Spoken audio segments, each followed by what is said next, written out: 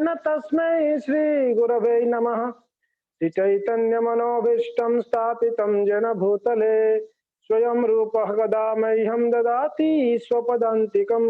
वन्देऽहं श्रीगुरौ श्रीयुतपदकमलं श्रीगुरन् वैष्णवंश्च श्रीरूपं साग्रजातं सहगण रघुनाथं मितं तं सजीवं साद्वैतं सावधूतं परिजनसहितं कृष्ण चैतन्य देवं श्री राधा कृष्ण पादान् सहगण ललिता श्री विशाखामितांश्च। नमो विष्णुपादाय कृष्ण प्रेष्ठाय भूतले श्रीमते भक्तिवेदांत स्वामिनिति नामिने। नमस्ते सारस्वती देवे गौरवाणी प्रचारिणे निर्विशेष शून्यवादी पाश्चात्य देशतारिणे। हे कृष्ण करुणा सिंधु दीनबंधु जगतपते गोपेश गोपिका कंत श्री राधा कंत नमस्तुते। तप्त कांचन गौरांगी श्री राधे वृंदावनेश्वरी वृषभानुसुते देवी प्रणमामि हरिप्रिये। वाञ्छा कल्पतरुवस्य कृपा सिन्धुवैव च पतितानं पावनेभ्यो वैष्णवेभ्यो नमो नमः। नमः वदन्याय कृष्ण प्रेम प्रदायते कृष्णाय कृष्ण चैतन्य नामिने गौरतिशय नमः। ओम नीलाचल निवासाय नित्याय परमात्मने बलभद्र सुभद्राभ्यां जगन्नाथाय ते नमः। जय श्री कृष्ण चैतन्य प्रभु नित्यानंद श्री अद्वैत गदाधर शिवासादि श्री गौर भक्त वृंद। हरे कृष्णा कृष्ण कृष्ण हरे हरे हरे राम राम राम हरे हरे। मुखं करोति वाचालं पंगुलंगायते गिरिं यत्कृपां तमहं वन्दे श्रीगुरुदिनतारिणं। परमानंद माधव श्री कृष्ण चैतन्य ईश्वरम् अजानुलंबित भुज कनकावदातो संकीर्तनैकपितरो कमलायताक्षौ विश्वम्भरो द्विजभरो युगधर्मपालो वन्दे जगत्प्रियकरो करुणावतारो। ओम नमो भगवते श्री कृष्ण चैतन्य चंद्राय। ओम नमो भगवते श्री कृष्ण चैतन्य चंद्राय।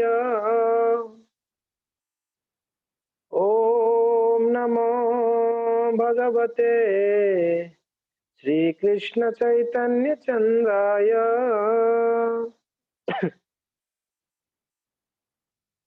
हरे कृष्णा। तो स्वागत है सभी भक्तों को। सुबह की हमारा जो नित्यम भागवत सेवया श्रील प्रभुपाद जी का आशीर्वाद जो नियम है, आशीर्वाद के रूप में नियम या नियम के रूप में आशीर्वाद कि रोजाना भागवत को हम श्रवण कर पा रहे हैं, अध्ययन कर पा रहे हैं। तो वैसे हम सोमवार को चैतन्य चरितामृत को चर्चा करते हैं और बाकी दिवस जो है श्रीमद् भागवतम का चर्चा होती है। तो हम चैतन्य चरितामृत चर्चा कर रहे थे अंतलीला की दूसरा अध्याय जिसका शीर्षक है, उस चैप्टर का शीर्षक है छोटा हरिदास को दंड। और हमने चर्चा किया कि महाप्रभु का एक परम भक्त थे। इस चैप्टर में महाप्रभु का उनकी भक्तों के ऊपर किस प्रकार का कृपा है, कैसे कृपा करते हैं, या ये सोच सकते हो महाप्रभु उनकी भक्तों को अगर कोई गलती करता है कोई कमी है तो किस प्रकार से उनको दंड देकर भी उनको कृपा करते हैं। कभी कभी ऐसे होते हैं गुरु वर्ग, वो क्या करते हैं, कुछ गलती होती है तो दंड देते हैं, मगर वो दंड से उनको भक्ति को बचा लेते हैं, उसका भक्ति बचा लेते हैं। मान लीजिए हम कोई पाप कार्य करते हैं या करने के लिए प्रयत्न करते हैं या इच्छुक है या कर लिया है, तो गुरु वर्ग वैष्णव वर्ग क्या करते हैं, हमको ताड़ कर डांट कर हम उनको सिखाते हैं ऐसा नहीं करना चाहिए। कोई बच्चा अगर गलती करता है तो माँ उसको दो झापड़ मजाती है, ऐसा क्यों किया, लेकिन मगर बच्चा को अच्छा नहीं लगता है, क्यों मारी माँ मुझे? मगर माँ का वो जो डाँट या जो मार है, वो बच्चा के लिए है बहुत बड़ा आशीर्वाद के रूप है कि नहीं? इस बात को भक्तों को समझना चाहिए, जब कोई वरिष्ठ वैष्णव या वैष्णवगण या गुरु वर्ग हमको कभी कुछ बात के लिए मना करते हैं, डाँटते हैं, तो ये उनका कृपा है एक प्रकार से। हमको नीचे हमको हमारा पतन से उन हमको बचाते हैं। तो ख़ैर ये चैप्टर में हमको पूरा चैप्टर में ऐसे लगेगा कि छोटा हरिदास का कोई गलती नहीं था। अभी हम देखेंगे, छोटा हरिदास का कोई भी गलती नहीं था, फिर भी महाप्रभु ने उनको इतना बड़ा दंड दिया। इसमें महाप्रभु का दंड हमारे ओडिया में एक कहावत है, कहते हैं, "झियो को दंड देई बहू बहू को शिक्षा"। बेटी को ताड़ कर बहू को सिखाए। मान लो को एक ही घर में बहू भी है, बेटी भी है, तो माँ क्या करती है, बेटी को कभी-कभी डाँटती है, "क्यों ऐसे यहाँ पर ये बर्तन क्यों रखा है? यहाँ नहीं रखना चाहिए तेरे को।" तो बहू समझ जाती है, यहाँ नहीं रखना चाहिए। बहू को बोलने का ज़रूरत नहीं पड़ा, यहाँ पर बेटी को बोला तो बहू समझ जाती है। एग्ज़ैक्टली ऐसा ही है। इस चैप्टर में महाप्रभु ने छोटा हरिदास को दंड देकर हम सबको सिखा दिए, सारे महाप्रभु के फॉलोवर्स को सिखा दिए कि किस प्रकार से हम बैरागियों को होनी चाहिए, कैसे हमारा व्यवहार होनी चाहिए भक्तों के साथ। तो बहुत सुंदर चैप्टर है। हमने लगभग 108 प्यार तक चर्चा कर चुके हैं ऑलरेडी, तो थोड़ा-सा मैं शॉर्टली बताऊँगा। एक महाप्रभु के एक परम भक्त हुए भगवान आचार्य, महान भक्त है। ये भगवान आचार्य का पिता जो थे वो सतानंद खान, और ये सतानंद खान परम विरक्त भक्त थे, परम वैरागी थे। उनकी 2 पुत्र थे, एक भगवान आचार्य और दूसरा है गोपाल भट्टाचार्य। तो भगवान आचार्य तो महाप्रभु का फॉलोवर है, महाप्रभु के साथ रहते, महाप्रभु का सेवा करते। जगन्नाथपुरी में खास करके जब महाप्रभु अंतलीला में महाप्रभु का जो वर्णन आती है, महाप्रभु उस समय जगन्नाथपुरी में निवास करते हैं। लगभग महाप्रभु 17 साल जगन्नाथपुरी में रहे, और कई सुंदर-सुंदर लीला आप लोगों ने पूरी श्री क्षेत्र परिक्रमा अटेंड किया, उसमें कई ऐसी जगहों में दर्शन परिक्रमा किया हम लोगों ने ऑनलाइन, जब महाप्रभु का लीला स्थली है। तो महाप्रभु ने पुरी में जब लीला करते थे, तो भगवान आचार्य ये तो महाप्रभु की सुंदर भक्त हुए, मगर उनका जो गोपाल भट्ट आचार्य वो काशी गए थे वेद अध्ययन करने के लिए। तो वेद अध्ययन करके जब आए वो पुरी, तब भगवान आचार्य ले गए महाप्रभु से मिलाने के लिए कि महाप्रभु ये मेरा भाई है गोपाल भट्ट आचार्य, उनका आशीर्वाद दीजिए। मगर गोपाल भट्ट आचार्य क्या था, उनका जो फिलोसफी था ना, उन्होंने वेद पढ़ा, मगर उनका फिलोसफी मायावादी फिलोसफी था। मैं थोड़ा पीछे थोड़ा-सा बैकग्राउंड बता रहा हूँ। मायावादी फिलोसफी था। मायावादी फिलोसफी यानी जो भक्ति करके कोई रंच ही नहीं रहता है। भगवान के अस्तित्व को माया समझना या भगवान को निराकार समझना, इस प्रकार। तो गोपाल भट्ट आचार्य का इस प्रकार का जो व्यवहार है महाप्रभु को पसंद नहीं था। उनका, इसलिए महाप्रभु कहते हैं ना, मायावादी भाष्य सुनिले होय वो सर्वनाश। अगर मायावादी का भाष्य सुनेंगे तो हमें सर्वनाश हो जाएगा। कई ऐसा संस्था अभी है जो मायावाद का बढ़ावा देते हैं, मायावाद का प्रचार करते हैं।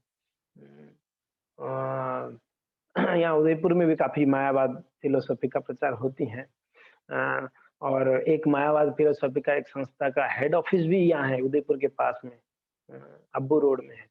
तो ये लोग मायावादी फिलोसफी इन लोग का, तो ऐसे लोगों का हालांकि कितना अच्छे है ना, ये लोग देखो कितना बैरागी है, व्हाइट कपड़ा पहनते हैं, चप्पल नहीं पहनते हैं, कितना अच्छे हैं ये लोग, कितना बैरागी, देखिए साधु है एकदम, दिखने में भले ही साधु है, उनकी फिलोसफी गड़बड़ है कि नहीं?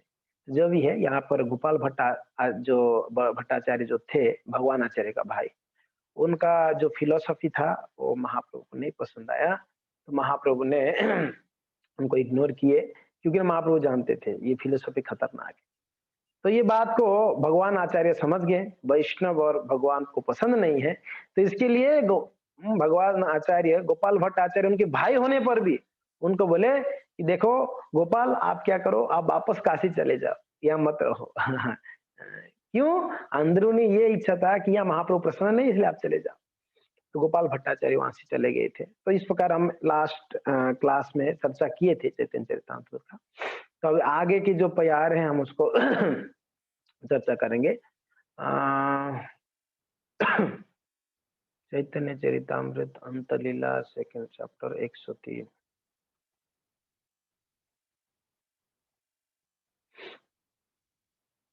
हुँ। तो एक दिन महाप्रभु को निमंत्रण किए प्रसाद के लिए ये भगवान आचार्य अपने घर पे। तो महाप्रभु के लिए बहुत सुंदर-सुंदर व्यंजन आदि बनाए। बहुत सुंदर-सुंदर व्यंजन था, व्यंजन यानी सब्जियाँ, साग, दाल, स्वीट्स जो भी है, इतने सारा। मगर उनके पास अच्छा क्वालिटी का राइस नहीं था। नॉर्मली हमारे ओडिशा, बंगाल में ना वो बॉइल्ड राइस खाते हैं। आप लोग ब्राउन राइस कहते हैं, हम बॉइल्ड राइस अब आप लोग बॉइल्ड राइस खाए हैं? वो थोड़ा हाँ, हेवी होता है, थोड़ा हार्ड होता है। तो नॉर्मली ऐसे खाते हैं। तो भगवान आचार्य के पास मीन्स श्वेत राइस व्हाइट राइस या कह सकते हैं आप लोग बासमती राइस, ऐसा अच्छा राइस नहीं था। और भगवान को बुलाए तो अच्छा राइस होना चाहिए, है कि नहीं है?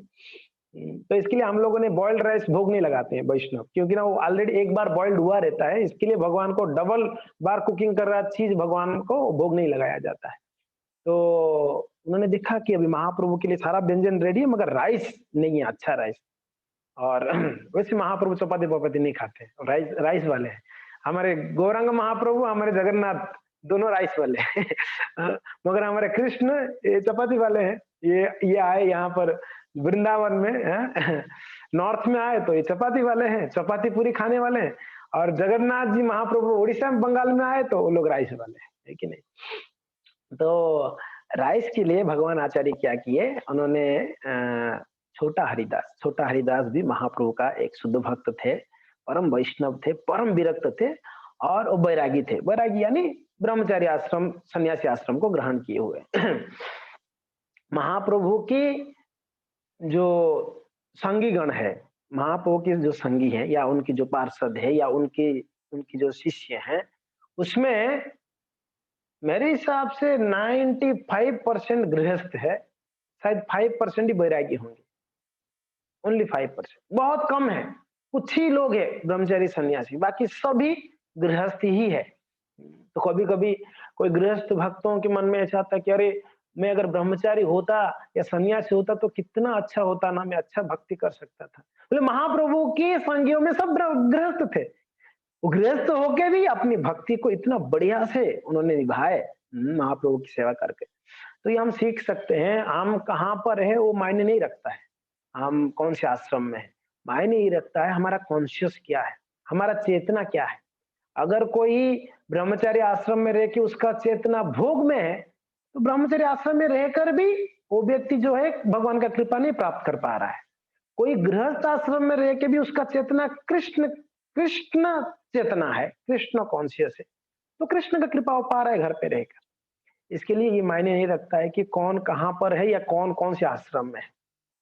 जरूर है संन्यास आश्रम सब सारे आश्रमों से श्रेष्ठ माना जाता है, जरूर है। हम संन्यास आश्रम या वैराग्य आश्रम को रेस्पेक्ट करते हैं, जरूर है। सन्यासी, ब्रह्मचारी, वानप्रस्थी तीनों वैराग्य आश्रम है। एक ही जो है घर गृहस्थी वाला आश्रम जो है इसको थोड़ा-सा मीन्स वैराग्यों में नहीं मिलाएगा क्योंकि ना पत्नी बच्चों के साथ रहना। बाकी 3 आश्रम वैराग्य है। पण कहीं पर भी हो हमारा कॉन्शियस क्या है, हमारा चेतना क्या है, इसलिए श्रील प्रभुपाद जी ने ये संस्था का नाम दिए अंतरराष्ट्रीय कृष्ण भावनामृत संघ। कृष्ण कॉन्शियसनेस, जिस संघ में या जिस मूवमेंट में लोग मिलकर कृष्ण के बारे में चिंतन करें 24 आवर्स, तो ये मूवमेंट। तो ये जो हम जिनके बारे में चर्चा कर रहे थे, छोटा हरिदास जी, ये परम विरक्त थे। आपको आप सुन के आश्चर्य होगा, छोटा हरिदास जी कभी कोई स्त्री के साथ मीन्स बात नहीं करते थे। नहीं, परम वैरागी थे और दिन-रात भजन में लगे रहते थे। महाप्रभु की सेवा में, महाप्रभु के चिंतन में, कृष्ण चिंतन में। तो यहाँ पर देखिए, जो भगवान आचार्य है, उनके पास चावल नहीं था। तो चावल के लिए उनको पता था कि सिखी माहिती का एक बहन है जिनका नाम माधवी देवी है, उनके पास चावल होगा। हम्म, वो स्त्री शरीर है उनका, है कि नहीं? महाप्रभु कभी स्त्री को स्त्री नहीं बोलते थे, महाप्रभु प्रकृति बोलते थे, प्रकृति। हम्म, यहाँ पर आएगा प्रकृति संभाषण। प्रकृति करके कहते थे, क्योंकि ना हम सभी प्रकृति है ना। ना इसमें कोई स्त्री है ना कोई पुरुष है, कभी कभी हम सोचते मैं पुरुष हूँ, कोई एकदम स्त्री हूँ, नहीं। मीराबाई जी जब वृंदावन पधारे थे तो वहां पर उनको सुनाई पड़ा कि वहाँ यहाँ पर बहुत बड़े एक महात्मा रहते हैं, सनातन गोस्वामी। बड़े भगवान के शुद्ध भक्त है। तो मीरा जी गए सनातन गोस्वामी से मिलने के लिए। तो जब सनातन गोस्वामी को मिलने गए तो बाहर कुछ भक्त लोग थे, तो उन्होंने रोका, बोले कहाँ जा रहे हैं? ना सनातन गोस्वामी से मिलना। तो रुको, हम हमारे गुरुदेव को पूछ के आते हैं। तो लोग जाके पूछे, गुरुदेव कोई महिला आई है, स्त्री आई है, आपसे मिलना चाहते हैं, राजस्थान से आए हैं, मेवाड़ से आए हैं। तो सनातन गोस्वामी बोले उनको बोल दीजिए मैं स्त्रियों से नहीं मिलता हूँ, मैं बैरागी हूँ। तो वो लोग आके बोले कि माता जी हमारे गुरुदेव स्त्रियों से नहीं मिलते हैं। तो तब मीराबाई बोले कि अच्छा, कोई दूसरा पुरुष भी आ गया क्या? मैंने तो एक ही पुरुष को जानता हूँ, वो है परम पुरुष भगवान, मेरे नंदलाल, मेरे गिरधर गोपाल है। एक ही पुरुष है ये पूरा संसार में, दूसरा कौन पुरुष आ गया जो स्त्री से नहीं मिलना चाहता है? तो शिष्य लोग जाके तुरंत बोले सनातन गोस्वामी को, स्त्री इस प्रकार से बोल रही है। तो सनातन जी समझ गई कोई साधारण स्त्री नहीं है, बुलाइए उनको। तब उनसे मिले। वैसे मीन्स कहीं वर्णन नहीं है, पर ये वैष्णव लोग कहते हैं कि मीराबाई, कुछ लोग बोलते मीराबाई दीक्षा नहीं ली है, मीराबाई ने वहां पर सनातन गोस्वामी से दीक्षा लिए थे, ये वैष्णव लोग कहते हैं। कहीं वर्णन नहीं है, मगर आप वैष्णव लोग सामने, इसलिए मैं बोल रहा हूँ कि ऐसा हमने सुना है कि मीराबाई ने सनातन गोस्वामी यानी हमारे संप्रदाय से, सनातन गोस्वामी हमारे संप्रदाय से, षड गोस्वामी हमारे संप्रदाय से दीक्षित है। और गिरधर गोपाल की शुद्ध भक्त थी, आप सब जानते हैं। तो जो भी है, प्रकृति कहते थे महाप्रभु, स्त्रियों को प्रकृति कहते थे। तो यहाँ पर भगवान आचार्य छोटा हरिदास ठाकुर जी को कहे कि हे छोटा हरिदास, उनको बुलाकर बोलते हैं मोर नामे सिखी माहितीर भगिनी स्थाने गया। आप लोग भी बोल सकते हैं, बड़े मधुर है, चैतन्य चरितमृत के प्यारे। आप भी प्रयास करिएगा, अंग्रेजी में है और बंगाली है तो कोई बंगाली पढ़ सकते हैं, तो आप बोल सकते हैं मोरो नामे सिखी माहितीरा भगिनी स्थाने गया, मोरो नामे सिखी माहितीरा भगिनी स्थाने गया, शुक्ल चावल एक माण आन मागिया, शुक्ल चावल एक माण आन मागिया, माहितीर भगिनी से नाम माधवी देवी, माहितीर भगिनी से नाम माधवी देवी, वृद्ध तपस्विनियारा परम वैष्णवी, वृद्ध तपस्विनियारा परम वैष्णवी। तो यहाँ पर जो भगवान आचार्य थे वो बुलाए, किनको? छोटा हरिदास को बुलाए। देखिए हरिदास आपने नाम सुना है, एक हरिदास आप सुना नामाचार्य हरिदास, है कि नहीं है? यहाँ पर जो हरिदास है ना, ये छोटा हरिदास है, ये और एक भक्त जो महाप्रभु के बड़े सुंदर भक्त हुए। तो उनको भगवान आचार्य बुला के बोले किनको भेजू किनको भेजू? तो बोले कि छोटा हरिदास को भेजता हूँ। तो उनको बुला के बोले कि छोटा हरिदास आप कृपया जाइए, कहते हैं कि सिखी माहितीरो भगिनी। आप थोड़ा सा गौर से देखिए, यहाँ पर उन्होंने रिलेट कर रहे हैं वैष्णवों से, यहाँ आगे एक प्यार आता है, उसमें कहते हैं महाप्रभु का 3.5 लोग जो है अंतरंग पार्षद हैं। दिखाता हूँ। 103 मैंने बताया था लास्ट टाइम ऐसा। ये देखिए, ये प्यार भी बोल गा लेते हैं। प्रभु लेखा करे जा रे राधिकार गण, प्रभु लेखा करे जा रे राधिकार गण, जगतेर मध्य पात्र 3.5 जन, जगतेर मध्य पात्र 3.5 जन, स्वरूप गोसाई राय रामानंद, स्वरूप गोसाई राय रामानंद, सिक्खी माहिती 3 तारा भगिनी अर्ध जन, सिक्खी माहिती 3 तारा भगिनी अर्ध। तो ये कहते हैं कि पूरा महाप्रभु की जो पार्षद हुए हैं, पूरा जगतेर मध्य, पूरा जगत में जो महाप्रभु के पार्षद, उसमें 3.5 लोग जो है उनके अंतरंग पार्षद हुए। उसमें नाम बोलते हैं, कौन कौन है? एक तो स्वरूप गोस्वामी स्वरूप दामोदर, दूसरा है राय रामानंद रामानंद राय, तीसरा है सिक्खी माहिती, ये प्रभु जी 3 हो गए।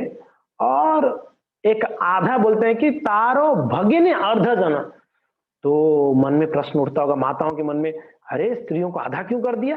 तो पूरा पूरा भाग होना चाहिए था स्त्रियों को। आप बोलते हैं कि आत्मा तो छोटा बड़ा आधा पूरा नहीं होता है, आत्मा तो शुद्ध होता है। यहाँ पर इस प्रकार से क्यों बताया गया अर्ध जन? स्त्री को अर्ध क्यों बताया गया? भक्ति तो आधा पूरा थोड़ी ना होता है।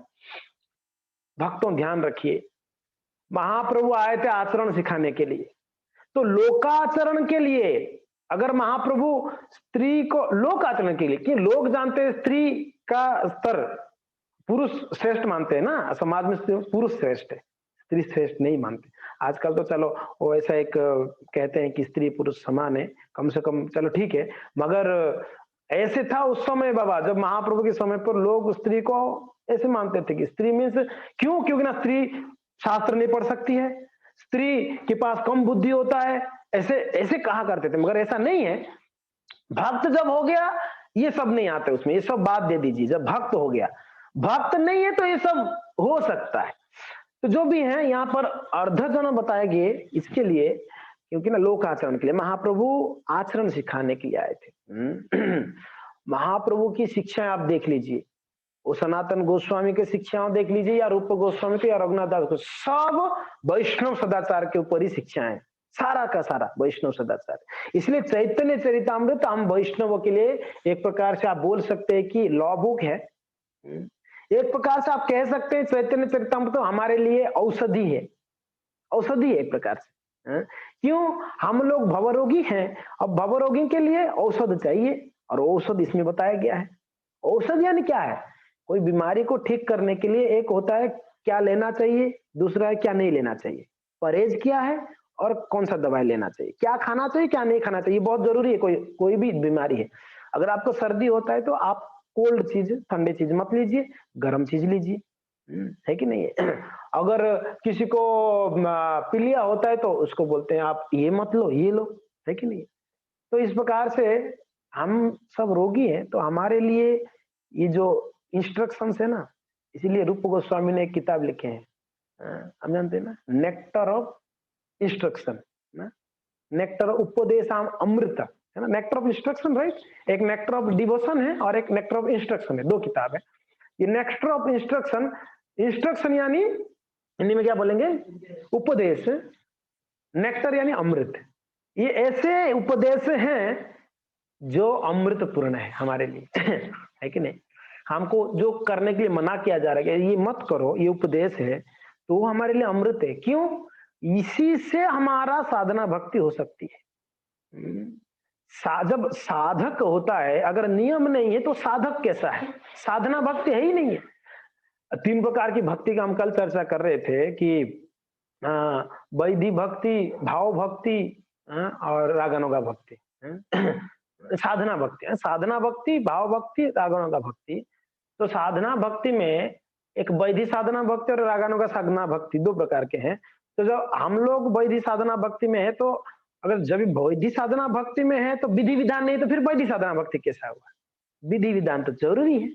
अगर आप बोलते नहीं मैं तो भाव भक्त का हूँ, मुझे विधि नहीं चाहिए, तो चलेगा। अगर हम लोग भाव भक्त है तो अलग बात है, मगर हम कौन सी स्तर पर हमको समझना चाहिए, हम वैधि साधना हमारे लिए ये जो इंस्ट्रक्शन है, गुरु वैष्णव का इंस्ट्रक्शन, शास्त्र का इंस्ट्रक्शन, खास करके मैं ये कह रहा था चैतन्य चरितामृत में जो महाप्रभु ने इंस्ट्रक्शंस दिए हैं, ये हमारे लिए अमृत की बराबर है। तो यहाँ पर ये चर्चा हो रही थी कि भगवान आचार्य ने छोटा हरिदास को बुलाकर बोले, ये छोटा हरिदास आप जाके कहाँ जाओ? आप सिक्खी माइती की बहन के पास जाओ। एक तो देखिए सिक्खी माइती परम वैष्णव है, महाप्रभु की परम पार्षदों में से एक है। दूसरा उनकी बहन, वो भी महाप्रभु की पार्षद है, आधा भले माना गया है, वो भी पार्षद है। दोनों पार्षदियां रिलेट भी देखो कैसे कर रहे, उनकी बहन है, यानी कहना चाह रहे खतरा बिल्कुल भी नहीं उनके पास आप जाओगे तो। बिल्कुल भी खतरा नहीं है, आप जा सकते हो, क्योंकि ना एक तो वो परम वैष्णव है उनकी भाई, और उनकी बहन भी परम वैष्णवी है, दोनों महाप्रभु के पास भी, इसलिए कोई दिक्कत नहीं, आप जाइए। क्यों क्यों ऐसे बोल रहे हैं? क्योंकि ना हो सकता है छोटा हरदास बोले कि नहीं मैं ब्रह्मचारी हूँ, माताओं से नहीं बात करता, मैं नहीं जाऊंगा। बोले कि अरे बाबा महाप्रभु की सेवा के लिए भेज रहा हूँ, और वो सामने वाला कौन है? वो महान भक्त है। और आगे यहाँ पर कृष्णदास कविराज गोस्वामी क्लियर क्या करते हैं पता है? कहते हैं, देखिए मैं उपहार लेता हूँ।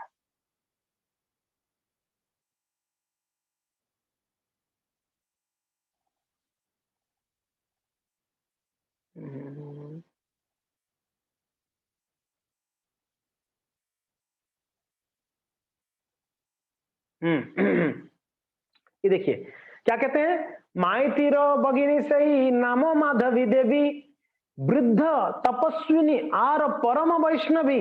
ध्यान रखिए भक्तों, हरिदास ठाकुर के मन में ऐसी शंका आएगा कि मैं कैसे जाऊं, मैं तो ब्रह्मचारी सन्यासी हूं, मैं माताओं से कैसे बात करूं?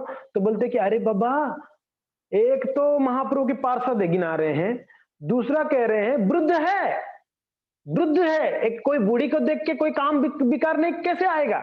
और इतना ही नहीं, ओनली नॉट, सिर्फ वृद्ध भी नहीं है, तपस्वी नहीं है, परम तपस्वी है। और आगे कहते हैं कि उतना ही नहीं है, वो वैष्णवी है। तपस्वी नहीं है, तपस्वी नहीं, वैष्णवी समझ रहे हैं ना? तपस्वी यानी तपस्या करना, हाँ? और वैष्णव यानी भगवान का परम वैष्णव है। तो 3 यहाँ पर उनका मीन्स परिचय देते हैं माधवी माता जी का। एक तो वृद्ध है, एज है, बूढ़े हैं, और एक तपस्विनी है, और एक वैष्णवी है। तो इसके लिए अगर कोई कामुक व्यक्ति भी इस ऐसा ऐसा महिला को देखेंगे, ऐसा भक्त को देखेंगे, उसके अंदर काम विकार नहीं आएगा। एक तो वृद्ध है, दूसरा है साध्वी है, तपस्विनी और वैष्णवी है। तो इसके लिए माधवी देवी को उन्होंने भेजा कि हम सॉरी छोटा हरिदास को भेजे, आप जाओ और माधवी देवी के पास। किसके लिए? आप उनके पास जाके चावल ले आना, अच्छा वाला। इसके लिए महाप्रभु के लिए। कितना लाना है? 1 को मानो, गाँव रे माणो होतला ना, नहीं माणो थे ना, माणो हुआ था। यहाँ पर प्रभुपाद जी क्या बोलते हैं, माणो को कितना बोल रहे हैं यहाँ पर? 1 माणो यानी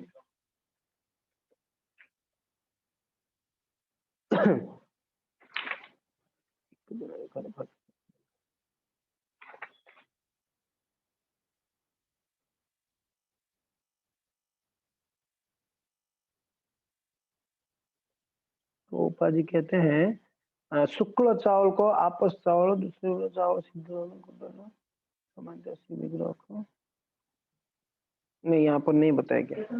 हाँ लगभग 1 किलो, सॉरी, हाँ यहाँ प्रभुपाद जी ने यानी जो वर्ड टू वर्ड मीनिंग में लिखे हैं, 1 मानो यानी लगभग 1 किलो, 1 किलो चावल मंगाए।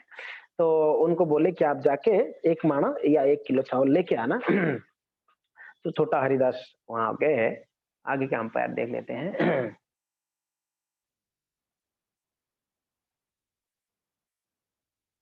हाँ, थार थानी तांडुल मागी आनिल हरिदास। हरिदास के ध्यान रखिए, हरिदास उतना ही बोले जितना भगवान आचार्य बोले थे, जाके इतना ही बोलना, महाप्रभु के लिए चावल चाहिए। और हरिदास में छोटा हरिदास गए, माधवी देवी के पास जाके गए, बोले कि एक माण चावल चाहिए महाप्रभु के लिए। तांडुल देखिए आचार्य अधिक उल्लास, जब चावल देखे तो भगवान आचार्य बहुत प्रसन्न हुए, अरे बहुत बढ़िया चावल लाया, महाप्रभु तो मीन्स आनंद से लेंगे, मीन्स बहुत खुश होंगे महाप्रभु जब प्रसाद लेंगे। हाँ आगे कहते हैं, स्नेह रांधिल प्रभुर प्रिय जय व्यंजन, देउल प्रसाद आड़ चकिलंबु सलवन। महाप्रभु दोपहर को लेते थे प्रसाद, सुबह नहीं। सुबह अपना जपा वगैरह सब करते, महाप्रभु तो ऐसे 24 आवर जपा करते उनका ऐसा नहीं कि सुबह 5:15 से 7:15 बजे तक महाप्रभु जप करते थे 2 घंटे, ऐसे नहीं है। महाप्रभु तो दिन भर जप करते थे। महाप्रभु जो भोजन लेते थे वो दोपहर को, यहाँ से पता चलता है वो क्या करते, जब दोपहर का भोग किनको लगता था, जगन्नाथ जी को, जो राजभोग कह सकते हैं, राजभोग, तो महाप्रभु वहां से जाते थे, जगन्नाथ जी का दर्शन करते थे, वहां से प्रसाद लेते थे, प्रसाद लेके हरिदास ठाकुर के पास जाते थे, हरिदास ठाकुर को प्रसाद देके वहां बातचीत करते वापस आते थे। समुद्र स्नान करते थे इस प्रकार से पहले समुद्र स्नान करके जगन्नाथ मंदिर आते, दर्शन करके प्रसाद लेके फिर जाते थे हरिदास ठाकुर को, हरिदास ठाकुर ऐसा। तो यहाँ कहते हैं कि महाप्रभु जब दोपहर के बाद देउल प्रसाद, मंदिर का प्रसाद का जब समय होगा, भगवान को भोग लग गया, तब महाप्रभु क्या के मध्यान्ह आसिया प्रभु भोजन बसिला, साल्यान्न देखी प्रभु आचार्य पूछिला।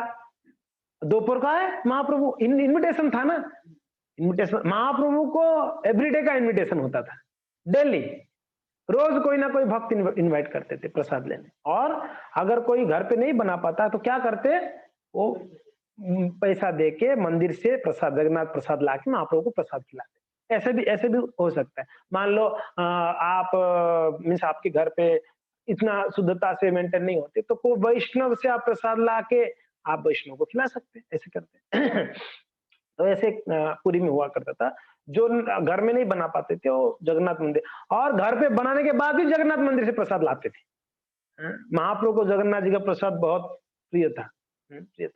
तो यहाँ पर महाप्रभु आके बैठे और उनका नजर चला गया किसके ऊपर है, व्हाइट राइस, एकदम फर्स्ट क्लास राइस दिखने में, थोड़ा बड़ा बड़ा एकदम बासमती राइस है, कितना बढ़िया खिला हुआ रहता है।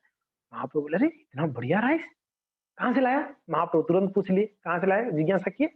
साल्यान्न देखी प्रभु आचार्य पूछिला, भगवान आचार्य बोले, अरे भगवान आचार्य उत्तम अर्ण एतो तांडुल कहाँ ते पाइलो, आचार्य कहे माधवी पास मागिया नीलो। कहाँ से लाया इतना बढ़िया राइस फर्स्ट क्लास? तो भगवान आचार्य बोले कि महाप्रभु माधवी देवी के पास से लेके आए। माधवी देवी के पास से लेके आए? कौन गया था? कौन गया लाने के लिए? माधवी देवी के पास कौन गया? महाप्रभु कहते प्रभु कहे कौन जाए मागिया नीला, प्रभु कहे कौन जाए मागिया नीला, छोटा हरि दासेर नम आचार्य कहिला, छोटा हरि दासेर नम आचार्य कहिला। आगे का भी प्यार ले लेते हैं। अर्न प्रशंसिया प्रभु भोजन करिया, अर्न प्रशंसिया प्रभु भोजन करिला, निज घरे निज गृहे आसी गोविंदेर आज्ञा दिला, निज गृहे आसी गोविंद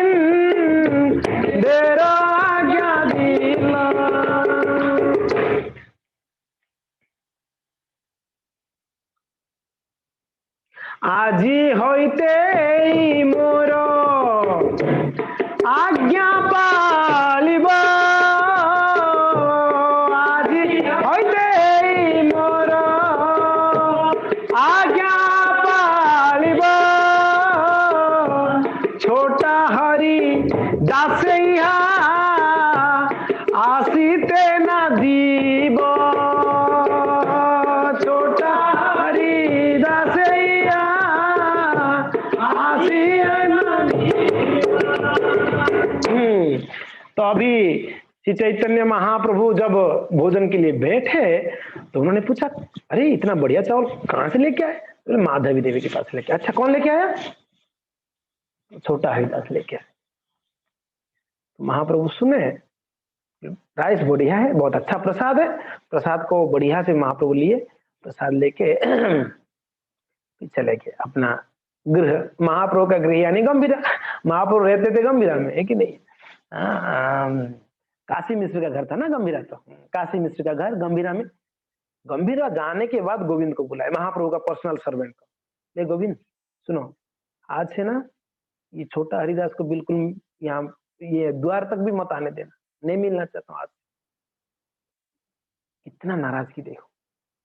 वहां कुछ नहीं बोले महाप्रभु, वहां भोजन लिए, बोले बहुत अच्छा प्रसाद है, कुछ भी नहीं बोले छोटा हरिदास के बारे में, कुछ नहीं बोले।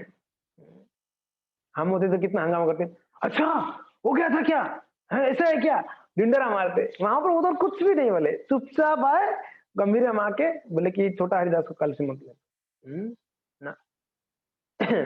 आज ही है ते मोर आज्ञा पालिब, मेरा ये आज्ञा है कि छोटा हरिदास यार आशी तो ना दे, यही इधर आने ने मत देना छोटा हरिदास को।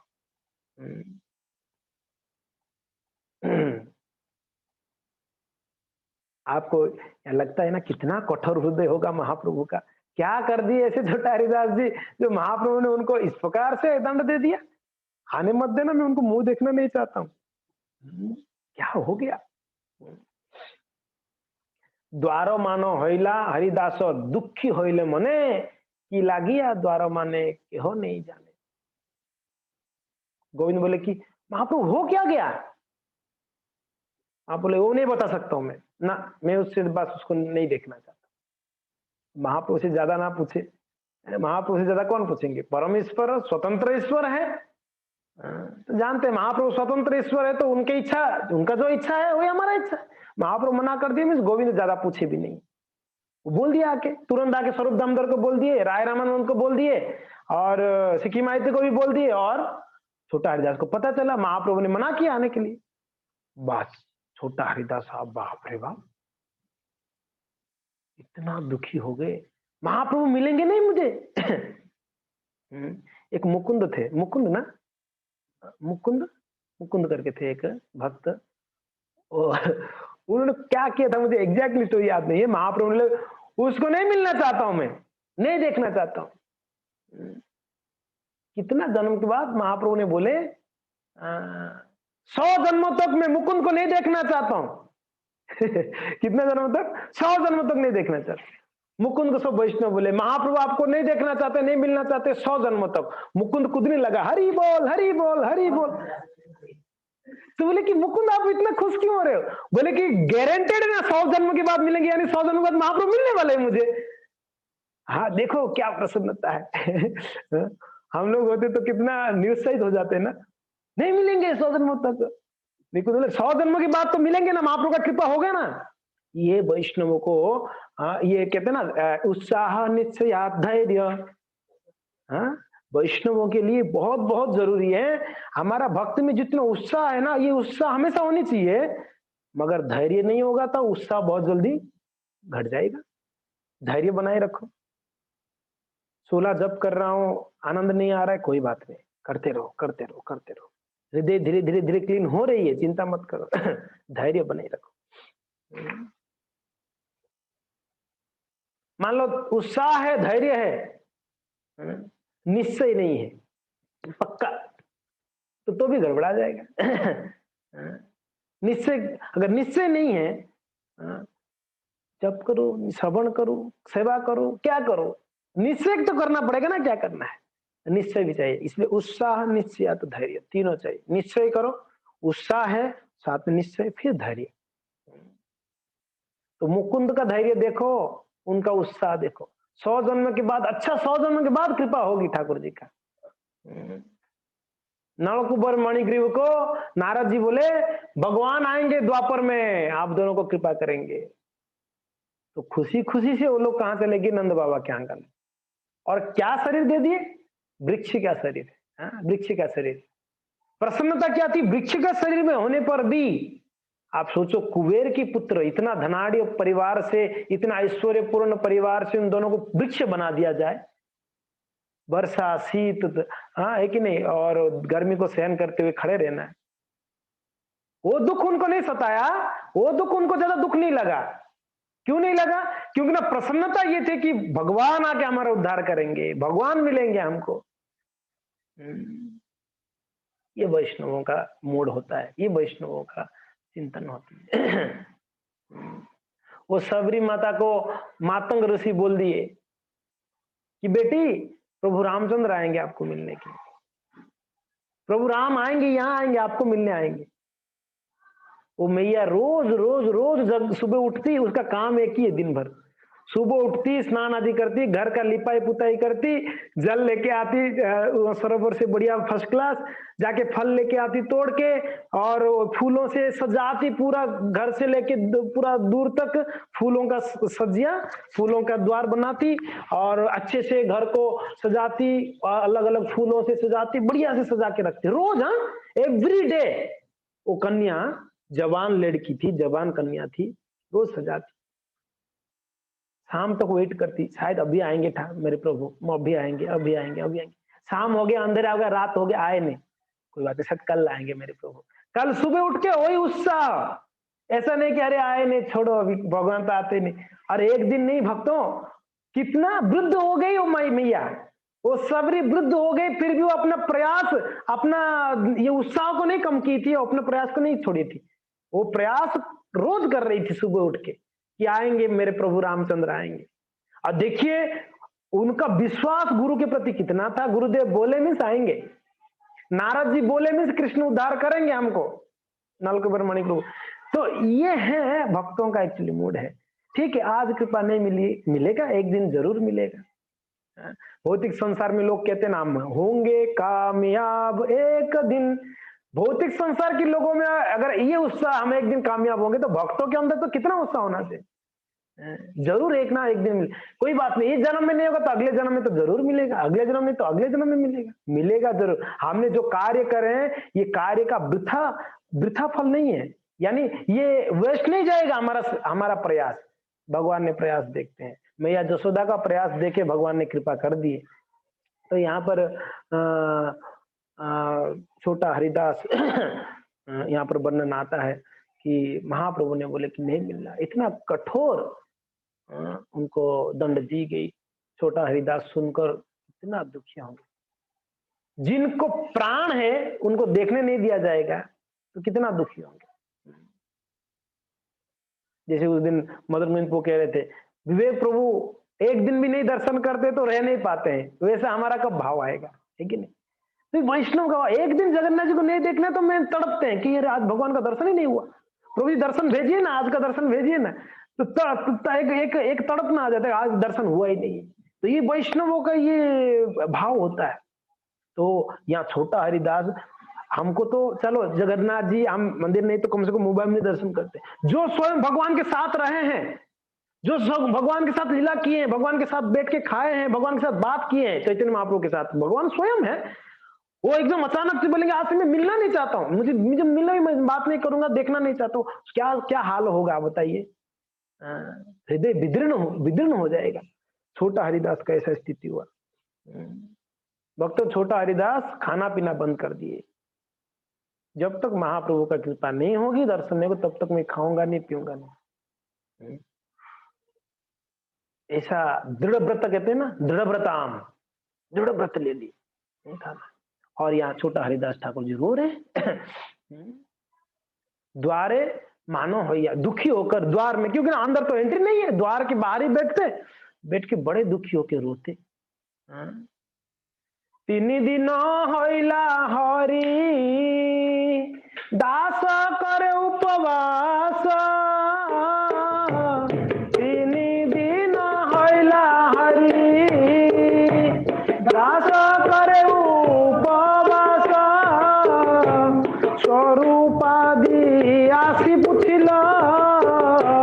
महाप्रभुर पास स्वरूपादि आसी पुछिला महाप्रभुर पास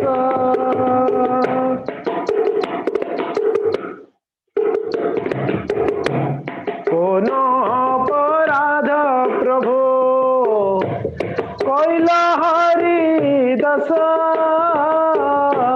कोन अपराध प्रभु कोइला हरि दस की लागिया द्वार मना मना की लागिया द्वार मना करे उपवास की लागिया द्वार मना करे उपवास। तो ये बार 3 दिन से ना खाए ना पिए 3 दिन तक। तो ये देख रहे थे स्वरूप दामोदर आदि, बोले कि अरे ये तो कुछ खा नहीं रहा है पी नहीं रहा है बेचारा। तो बोले चलो महाप्रभु को पूछते हैं क्या हो गया। महाप्रभु के पास जाके बोलते हैं कि प्रभु क्या हुआ, ये हरिदास छोटा हरिदास को आपने क्यों मना किए, वो देखो 3 दिन से खाया नहीं पिया नहीं, बाहर रो रो के हालत खराब हो रही है, क्या हुआ, क्यों क्यों आपने उनको मना क्यों किया, कुछ तो कारण होगा। प्रभु कहे वैराग्य, हाँ प्रभु कहे वैरागी करे प्रकृति संभाषण, प्रभु कहे वैरागी करे प्रकृति संभाषण, देखिते ना पारो आमी ताहार बदन, देखिते ना पारो आमी ताहार बदन। महाप्रभु को सब भक्त आके पूछे, खास करके जो जो अंतरंग भक्त थे कि महाप्रभु क्या हुआ, आपने क्यों मना किए, वो तो खा नहीं रहा है पी नहीं रहा है 3 दिन से रो रहा है, तो क्या हुआ क्या। तब महाप्रभु कह रहे हैं कि बैरागी होकर प्रकृति संभाषण स्त्री के साथ बात करता है, मैं इसका मुंह भी नहीं देखना चाहता, मैं पसंद नहीं करता हूं ऐसे लोगों को। हमने कई बार बताया कि महाप्रभु 3 जन को कृपा नहीं करते हैं, महाप्रभु 3 जन को कृपा नहीं करते। सर्वप्रथम कपटी लोगों को, कपटता जिनके अंदर है उनको महाप्रभु का कृपा कभी नहीं हो सकती ना। बल्कि महाप्रभु तो कहते हैं क्या है, महावदान्याय अवतार होके भी अगर कृपा नहीं करेंगे ना, कपटियों को नहीं करेंगे, सरलता चाहिए।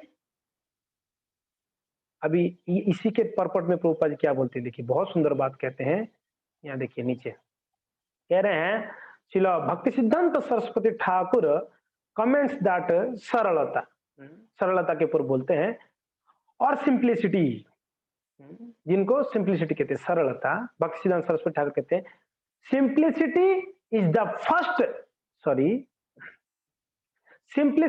The first qualification of a Vaishnav. सरलता सबसे प्रथम जो है योग्यता, क्वालिफिकेशन योग्यता है वैष्णव का। कहते हैं ना सिंप्लिसिटी इज द वैष्णविज्म, सरलता ही वैष्णवता है। तो कहते हैं simplicity is the first qualification of a Vaishnav, whereas duplicity और cunning behavior is a great offense against the principle of devotional service. As one advances in Krishna consciousness, one must gradually become disgusted with material attachment and thus become more and more attached to the service of the Lord. If one is not factually detached from material activities but still proclaims himself advanced in devotional service, he is cheating. No one will be happy to see such behavior. कपटता पूर्ण वैष्णवों को कोई मिलना नहीं चाहते, कोई देखना नहीं चाहते, कोई बात नहीं करना चाहते। अगर कपटता होगा, सरलता होगा, भजन नहीं कर पाता है, उससे साधना नहीं होती है, उससे श्रवण नहीं होती है, वो नियमों को पालन नहीं कर पाता है, मगर सरल है हृदय। सरल हृदय वाले को सब सब लोग पसंद करते हैं। कपट हृदय वाले को यहाँ महाप्रभु बोलते नहीं, स्त्री के साथ। तो यहाँ पर मना क्यों किए? हरिदास के मन में क्या, छोटा हरिदास के मन में कपटता थी? हो सकता है। ये है या नहीं है पता नहीं, वर्णन नहीं है। बस यही है, महाप्रभु को ये पूरा दुनिया को शिक्षा देना था। बैरागी होके, अभी बैरागी आप बोलोगे, बैरागी यानी ब्रह्मचारी सन्यासी, बान प्रसाद भी बोल रहे थे। नारे बाबा, जो भी महाप्रभु की संग, महाप्रभु के भक्त बैरागी है। महाप्रभुर भक्त गणेर वैराग्य प्रधान, महाप्रभुर भक्त गणेर वैराग्य प्रधान, जहाँ देखी प्रीत है गौर भगवान, जहाँ देखी प्रीत है गौर भगवान। तो महाप्रभु की जो भी भक्त है, हम लोग किनके भक्त है? कृष्ण के कि महाप्रभु के? बताइए। हम गौड़ भक्त है, गौड़ीय भक्त है, यानी हम महाप्रभु के भक्त हैं। महाप्रभु के भक्त यानी वैराग्य प्रधान है, सभी वैराग्य। और गृहस्थ वैराग्य, गृहस्थ सन्यासी, गृहस्थ भी वैराग्य, ब्रह्मचारी वैराग्य, सन्यासी वैराग्य, वानप्रस्थी वैराग्य, इसमें सभी वैराग्य, क्योंकि ना महाप्रभु के भक्त। तो इसके लिए ये उपदेश सबके लिए है। तो बोले कि प्रभु जी, फिर तो हम तो स्त्री के साथ रहते हैं घर पे, तो क्या करें, बात ना करें? नहीं नहीं, ध्यान रखिए, यहां पर वो बात नहीं, यहां पर कहा जाता आसक्ति क्या बात है। अगर ब्रह्मचारी सन्यासी अगर कोई स्त्री के प्रति आसक्त होता तो ये तो पाप है, सीधा सीधा। अगर कोई ब्रह्मचारी सन्यासी कोई स्त्री के प्रति आसक्त होता है तो ये पाप है। अगर कोई गृहस्थ स्त्री के प्रति आसक्त होता है, वो पाप नहीं है, मगर उसकी भजन में बाधा है। ध्यान रखिएगा अंतर। अगर सन्यासी ब्रह्मचारी आसक्त होता है तो ये तो पाप है, सीधा सीधा। अगर कोई गृहस्थ अपनी स्त्री के प्रति आसक्त होता है, क्योंकि ना भजन मार्ग निरासक्त मार्ग है, बैरागी मार्ग है भजन मार्ग, उसमें आसक्ति का कई स्थान ही नहीं है कहीं पर। वो स्त्री के प्रति हो, बच्चों के प्रति हो, या कोई धन संपत्ति के प्रति हो, आसक्ति का कोई इसमें स्थान नहीं है। तो इसके लिए तो कैसे होगा? इसके लिए हमारे वैष्णव प्रभुपाद जी कहते हैं, स्त्री को, बच्चों को, धन को कृष्ण का मानो। आपको जिम्मेदारी दिया गया, उनका भरण पोषण करो, रेस्पॉन्सिबिलिटी लो, उनको भरण पोषण करना। और आपका भोग्य वस्तु ना मानकर उनको कृष्ण का भोग्य वस्तु मानकर कृष्ण की सेवा में लगा दो, क्योंकि ना ये है कृष्ण की, ये पत्नी कृष्ण की, बच्चे कृष्ण के, तो इनके सेवा में लगा दो, है कि नहीं? भक्ति विनोद ठाकुर कभी उनकी मीन्स पत्नी से सेवा नहीं लेते थे, ऐसे हमने कहीं सुना था।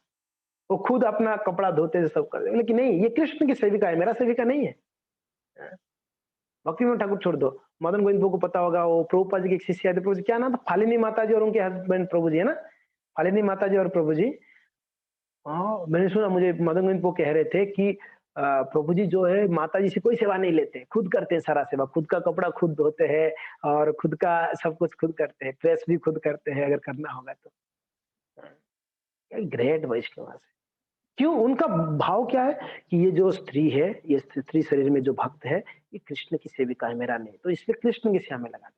भोग बनाओ ठाकुर जी के लिए, श्रृंगार करो ठाकुर जी का, आप भगवान के लिए कपड़ा बनाओ, फूलहार बनाओ, इस सेवा में लगा दे। जो भी है, यहाँ पर प्रसंग ये चल रहा था कि यहाँ पर महाप्रभु कहते हैं प्रकृति संभाषण, यानी आसक्ति की बात है।